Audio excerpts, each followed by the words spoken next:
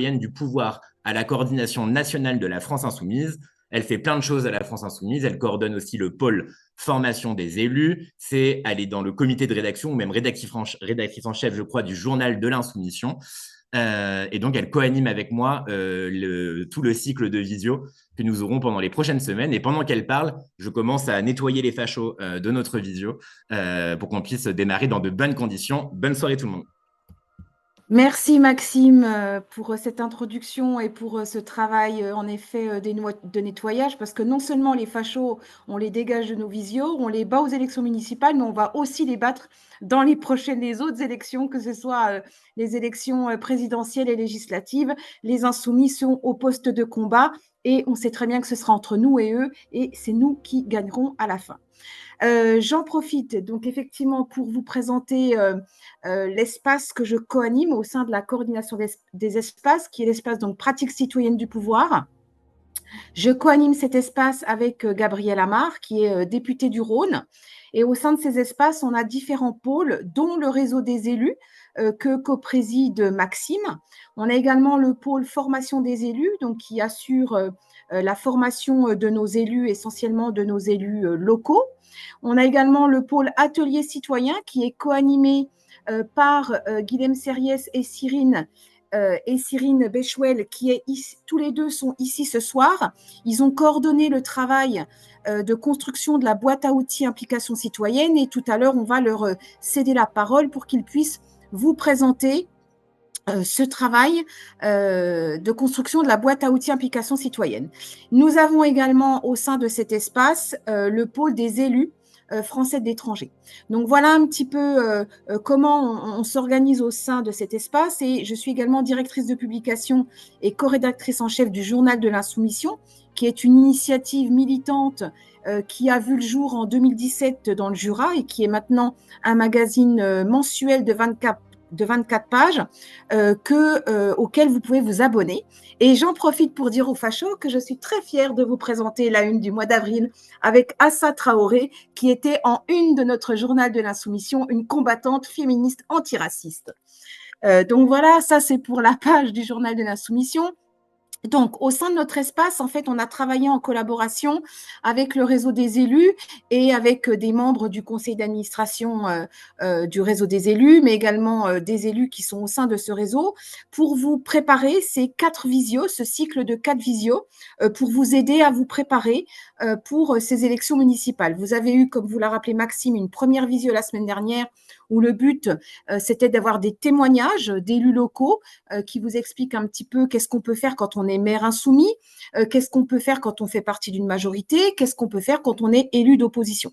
Donc, on espère fortement que ça a suscité des vocations et que vous allez être nombreux à organiser vos assemblées municipales. Nathalie Oziol de l'espace bataille électorale vous en reparlera tout à l'heure.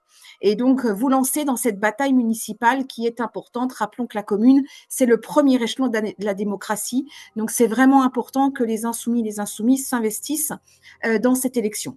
Cette deuxième visio, donc l'idée, c'est de vous proposer des outils afin de vous mettre en mouvement et de vous mettre en campagne pour préparer cette échéance. Pour faire en sorte d'impliquer le plus grand nombre, les citoyens, les citoyennes, parce que les insoumis fonctionnent comme ça, que ce soit dans la construction de leur programme, mais également dans leur façon d'exercer leur mandat. L'idée, c'est vraiment d'associer les citoyens et les citoyennes à la décision collective et à la construction de cette décision collective. Et donc, ces outils d'implication citoyenne sont très importants. Ensuite, comme vous l'a dit Maxime, on aura 2 autres visios. Une troisième, qui visera à présenter la boîte à outils programmatique. Vous avez vu que dans le texte stratégique qu'on a adopté en décembre 2024, on avait 9 garanties programmatiques. On appelle ça des garanties programmatiques parce que l'idée, c'est de dire chaque insoumis qui sera présent sur une liste, c'est une garantie pour nos électeurs et nos électrices que nous allons défendre ces points essentiels qui sont des points essentiels à défendre pour les insoumis. Et donc ensuite, on a décliné l'espace Bataille des idées avec l'Institut La Boétie a longuement travaillé pour vous fournir une boîte à outils programmatique et donc vous aurez une présentation de cette boîte à outils programmatique dans la 3e visio qui était initialement prévue le 27 mai. On vous avait annoncé la semaine dernière qu'elle aurait lieu le 27 mai. Sauf que le 27 mai, il y a le moment politique avec Jean-Luc Mélenchon qui sera diffusé sur les réseaux. Et donc, ça nous paraît très important que le plus grand nombre puisse assister à ce moment politique parce que c'est un moment d'analyse, d'écoute et d'échange avec Jean-Luc Mélenchon qui est très important pour notre mouvement. Donc, on va décaler cette visio et on reviendra vers vous pour vous donner la date. Et enfin, on aura une 4e visio où on vous présentera le mémento du candidat avec des éléments administratifs, légaux, financiers, etc., etc. Voilà pour ce petit point avant qu'on puisse donner la parole aux personnes qui vont nous présenter cette boîte à outils. Maxime, je te laisse les présenter. Oui, absolument. Merci beaucoup. Donc ce soir, on a la chance donc d'être accompagné par Nathalie Oziol, qui est députée de l'Hérault et qui coordonne l'espace élection à la coordination nationale de la France Insoumise avec Paul Vannier. Nous avons également Guilhem Ferriès, qui est co-animateur du pôle formation des élus et qui aide grandement le réseau des élus également du fait de son expérience riche pour le mouvement.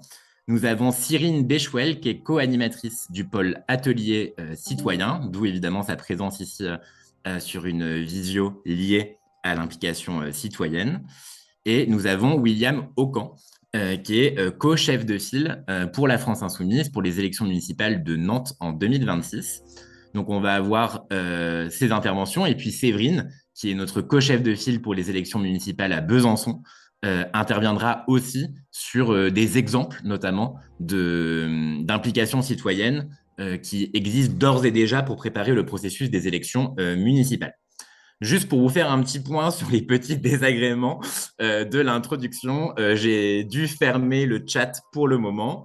Donc, si vous avez des questions, notez-les sur un papier. On va trouver une solution au cours de la visio. Pour l'instant, on ne peut plus interagir entre nous, mais on va trouver une solution dans les minutes qui viennent. Je laisse tout de suite la parole à Guilhem et merci à tous.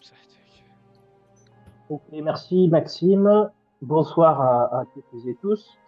Je vais essayer de vous dire quelques mots, essayer de donner à la fois des pistes et des outils pour essayer de vous aider autant que possible à préparer les municipales qui sont un enjeu majeur pour notre mouvement parce qu'elles se situent un an des élections présidentielles et puis tout simplement parce que à l'échelle locale, on peut faire vivre et donner à voir ce que peuvent être nos réponses aux besoins fondamentaux des gens, que ce soit en matière de démocratie, de services publics, de gestion des biens communs, d'écologie, de droit au logement, d'antiracisme, de lutte contre les discriminations.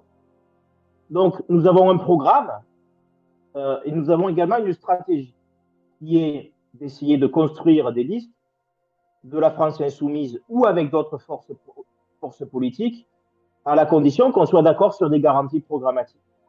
Et on a surtout une méthode également qu'on propose pour mettre en mouvement les militants insoumis dans la perspective des élections municipales. Cette méthode, c'est de tout faire pour essayer de susciter, provoquer l'implication citoyenne autour de l'enjeu des élections municipales pour permettre l'implication populaire pour défendre les exigences sociales, démocratiques et écologiques au niveau communal.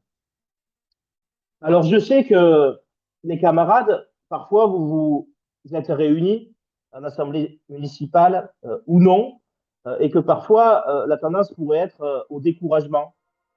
Et du coup, moi, je vous invite à ne pas prendre la question de l'élection municipale en commençant par essayer de poser des noms pour faire une liste.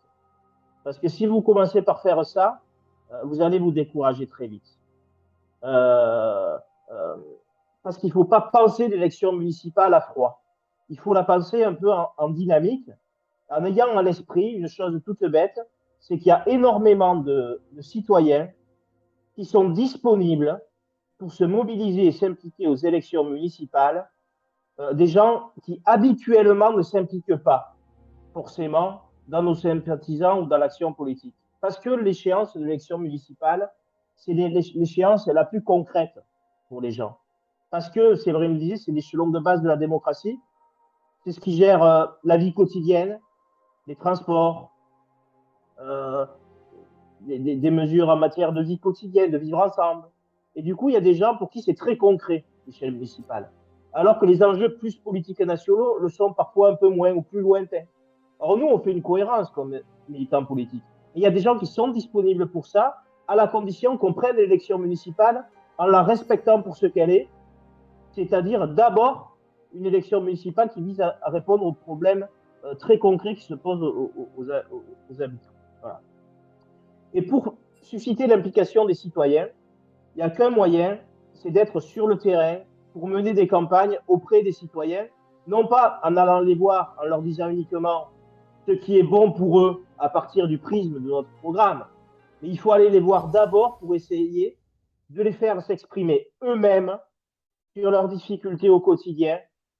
Si leur difficulté, c'est que dans le logement HLM, les fenêtres fuient, mais partir de ce sujet-là pour ensuite dérouler et les impliquer en défense de leurs conditions de vie quotidiennes. Du coup, il faut que vous réfléchissiez dans vos communes par quel bout prendre ces sujets. Parfois, ça peut être, par exemple, de lancer une pétition au niveau de votre commune pour reprendre en régie publique et en gestion citoyenne des biens communs. Je pense à la gestion de l'eau, je pense à la gestion des transports publics, je pense à la question de la gestion des déchets. Donc, par exemple, lancer une pétition à l'échelle de la commune sur un sujet comme ça, ben, ça vous permet d'aller dans les quartiers faire campagne. Donc, vous pouvez prendre par un thème, vous pouvez le prendre aussi par un quartier. Vous pouvez très bien donner une priorité pour vous lancer en campagne à l'échelle d'un quartier pour aller mener une enquête citoyenne à l'échelle de ce quartier pour améliorer la vie au quotidien. Je vais y revenir dans un second temps. Mais j'insiste sur ce point que, quelle que soit votre stratégie au niveau municipal, liste France Insoumise, ou alors vous hésitez, vous ne savez pas quoi faire, ou alors vous allez finir par négocier avec d'autres forces politiques, il faut dans tous les cas trouver un biais pour lancer une campagne menée par la France Insoumise à l'échelle de votre commune. Parce que lancer la campagne comme ça vous permet d'impliquer les gens autour de votre campagne, éventuellement de les associer à vous, parce qu'ensuite, ça peut devenir des gens qui construisent avec vous un projet pour la ville et qui deviennent, pourquoi pas, ensuite des candidats. Et puis même, si vous devez négocier avec d'autres forces politiques, vous aurez un rapport de force complètement différent si vous allez les voir uniquement comme militants France Insoumise ou si vous allez les voir sur la base d'un rapport de force parce que vous êtes déjà en mouvement et en campagne sur la ville.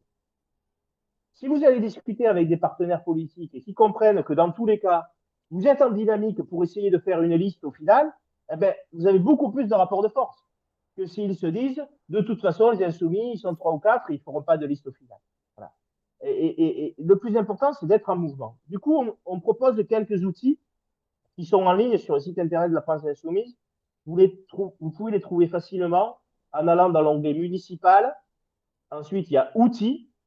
Et ensuite, vous avez dans les outils la boîte à outils programmatique et la boîte à outils implication citoyenne. Ce qu'on propose comme méthode, après c'est à vous de l'adapter un petit peu, mais c'est d'essayer de mener des enquêtes citoyennes ou des enquêtes populaires. Alors, l'idée étant d'identifier les besoins à partir du vécu des gens au quotidien. Alors, il faut définir un périmètre.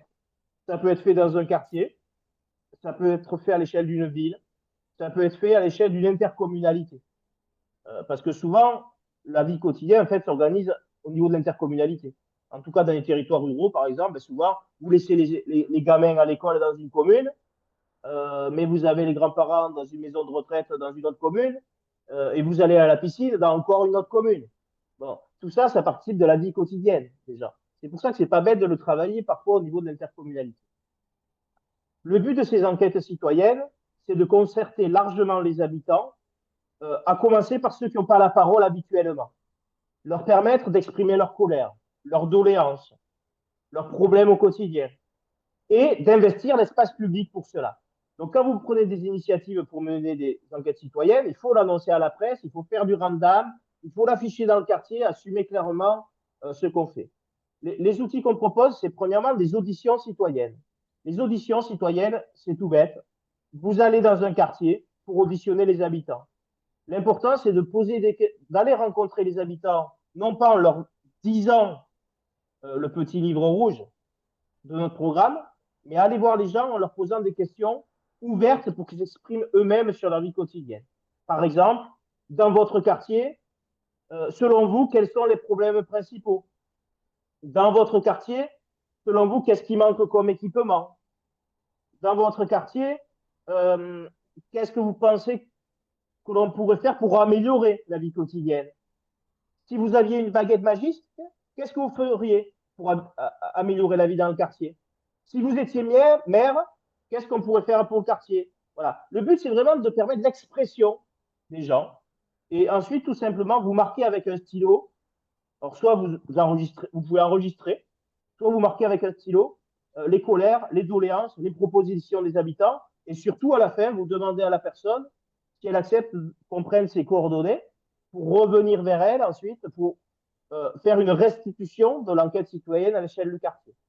Ça, premièrement, audition citoyenne.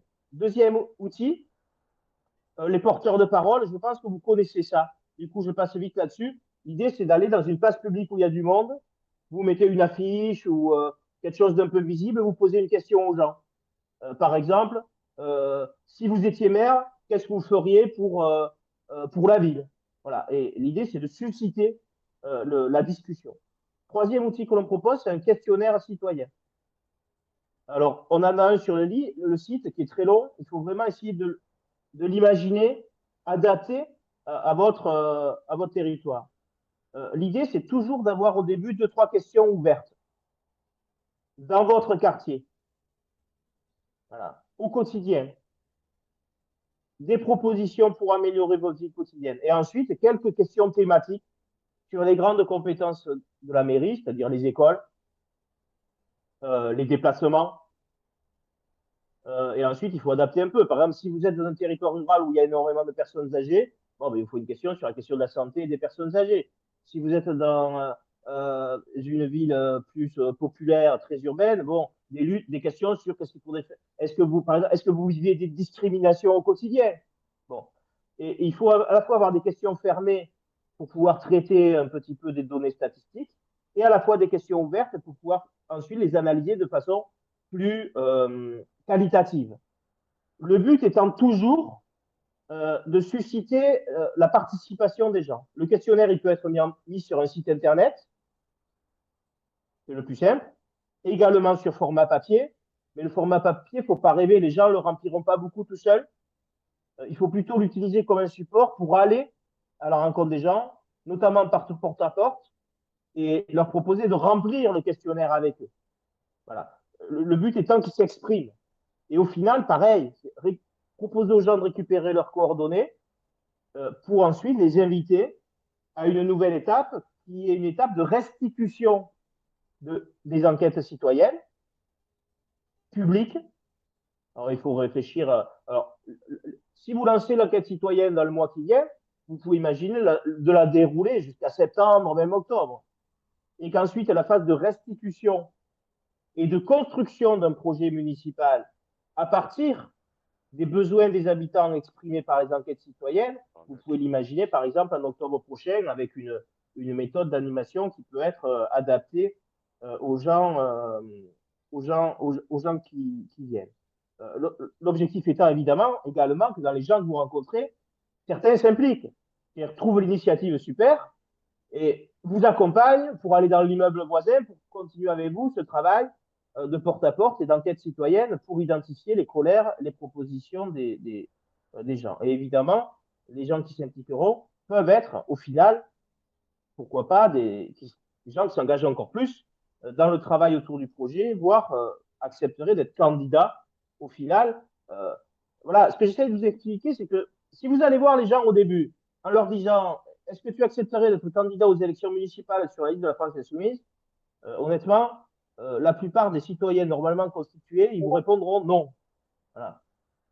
Alors que si vous allez les voir avec une méthode pour essayer d'ordonner les besoins des habitants avec une méthode de concertation, d'implication citoyenne, peut-être que les mêmes personnes, dans 2 ou 3 mois, à la question est-ce que tu acceptes d'être candidat sur une liste portée par la France Insoumise, elles répondront oui.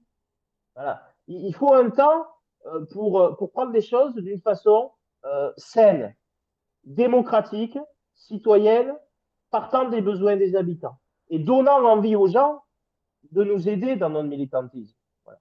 Et je pense qu'il y a quelques pistes qui sont données avec ces outils. Dernier mot, et j'en termine par là, parce qu'ensuite il y a Cyril qui vous présentera un autre outil, c'est que les méthodes d'implication citoyenne que vous allez mettre en œuvre pour identifier les besoins et associer les gens, évidemment, au final, ça devient aussi un argument électoral au moment de la campagne municipale, parce que c'est autre chose quand vous proposez un projet qui est juste un copier-coller de la boîte à outils nationale de la France Insoumise, mais si vous proposez un projet qui a été co-construit avec les habitants par une méthode d'implication citoyenne, ça devient un argument électoral contre les autres listes. Parce que vous aurez respecté cette étape-là. Et ça vous rend crédible comme élu ensuite. Parce que si vous êtes arrivé à construire